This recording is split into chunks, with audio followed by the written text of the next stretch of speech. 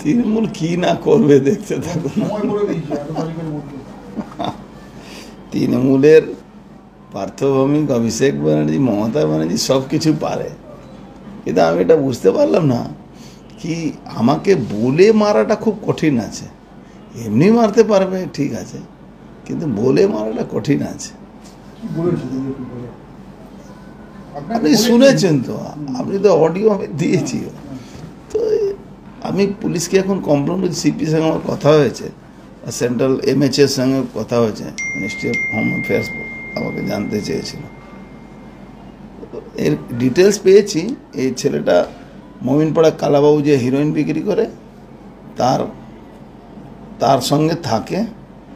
নাম আছে নিকেতন বর্মা, ডাক নাম হলো ছোটু, বাবার নাম হলো অনুপ বর্মা। এই হিরোইন টেরোইন বিক্রি করে। এর ফোন নম্বর হলো 8827437146। এই নম্বর দিয়ে এ করেছিল। এর ছবিটা ট্র্যাক করেছি, এই হলো এর ছবি। তো পুলিশকে জানানো হয়েছে, এখন অফিসিয়ালি এফআইআরও করছে। আরে সাহস পেয়ে সে তো আপনি যখন ও ধরা পড়লে তখন আপনি জানতে পারবেন কি করে সাহস পায়। তার আগে আপনি কি করে বলবেন কি করে সাহস? আপনার বাড়ির সামনে আপনার বাড়ি লক্ষ্য করে পরপর বোমা, সেই ঘটনায় এনআইএ তদন্ত পর্যন্ত তখন তো মারার চক্রান্ত আপনাকে হয়েছিল, আপনি বারবার বলেছিলেন। দেখুন বলছি তো, মমতা ব্যানার্জি দলের মমতা ব্যানার্জি সব কিছু করতে পারেন। এর সঙ্গে কি স্থানীয় কোনো নেতার যোগাযোগ আছে তৃণমূলে? মমতা ব্যানার্জি সব কিছু করতে পারেন। মমতা ব্যানার্জি করাতে পারেন সব। হ্যাঁ, আমি চিনিও না, কি করে পলিটিক্যাল অ্যাক্টিভিটি জানবো? একটা ড্রাগস ফাগ বিক্রি করে, যেটা সার্চ করে পুলিশ তো কিছু করেনি। সকাল থেকে আমি লেগে বের করেছি কি এর ঘটনা পিছনে কি আছে। করতে করতে পাওয়া গেল কালাবাবু যে ড্রাগ বিক্রি করে এখানে, তার সঙ্গে ড্রাগ বিক্রি করে। খোঁজ নিচ্ছি, পুলিশ ধরবে কি না ধরবে আমি ঠিক ধরে নেব, অসুবিধা হবে।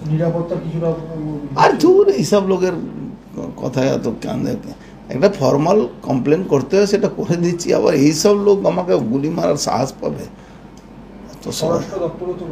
সে কমপ্লেন করতে হবে বাই নেচার, একটা কমপ্লেন प्रोटोकॉल একটা करते হবে। भाई बांग्लादेश का सांसद का क्या कहानी है मुझे मालूम है, लेकिन मुझे मारने इतना आसान नहीं है, सीधा बात है। मैं इतना जल्दी मरने वाला नहीं हूँ। जब तक ऊपर वाला नहीं चाहेगा मुझे मारना कठिन है। আমি তো বলছি মমতা ব্যানার্জি সব কিছু পারেন। মমতা ব্যানার্জি ছাড়া পার্থ ভৌমিকের ক্ষমতা নেই এইসব করা। পার্থ ভৌমিক কি আছে, চুনোপটি আছে। এসব ওখান থেকে ইনস্ট্রাকশনে কাজ হয়েছে। যদি পুলিশ না ধরতে পারে তার মানে বুঝবেন কি এটা ইনস্ট্রাকশন আছে, আর ধরতে পারলে বুঝবেন কি হয়তো ইনস্ট্রাকশন নেই।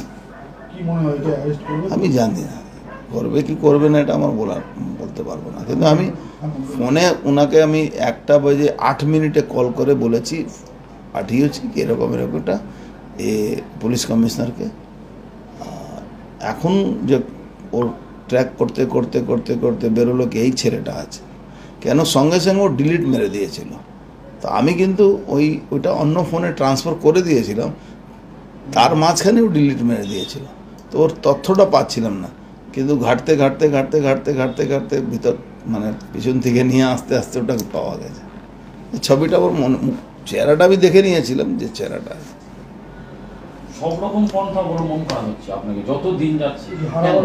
আর তো আমার মনোবল কেন ভাঙবে ভাই? আমি 1 লাখ ভোটে জেতার লোক, আমি মনোবল কেন ভাঙবে? আমি সারাদিন মাঠে খেটে লড়াই করে জিতছি, আমার মনোবল ভাঙবে কেন? এটা নিয়ে আমার মনোবল ভাঙা লাগবে না। চক্রান্ত করা হচ্ছে মুখ্যমন্ত্রী। দেখুন করতে পারে, কিন্তু অত সোজা নেই। আমি একটু বলতে পারি অত সোজা নেই। হ্যাঁ, অলরেডি মেসেজ একজন এমপিকে হুমকি তাহলে সাধারণ মানুষের নিরাপত্তা এইখানে যাকে তাকে হুমকি দিচ্ছে, আমি এমপি আর কি আছে।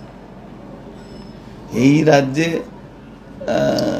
একজন বাংলাদেশের মানে ডিপ্লোমেট, পাসপোর্ট নেওয়ার একজন এমপি, তার খুন হয়ে যেতে পারে, তারা এখানে কী করবে?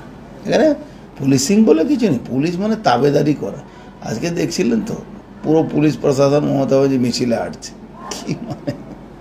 অনিল, আপনি যেখানে ছেলেটির বাড়ি বললেন তার পাশে তো আটচালা বাগান ফাঁড়ি, দিনছড়া দূরত্ব একদম পুলিশের থেকে যে আসা জানি না কি করে বলবো। আর পাশে ফাঁড়ি, পাশে কি, এটা তো বুঝতেই পারছেন, এখানে ল অ্যান্ড অর্ডার বলে তো কিছু নেই না, কি করবে না। সিমটা মধ্যপ্রদেশের সিম বলে জানতে পারবো। এখন সিম তো যে কোনো প্রদেশ থেকে আপনি নিয়ে এসে কাজ করতে পারবেন, এটা কোনো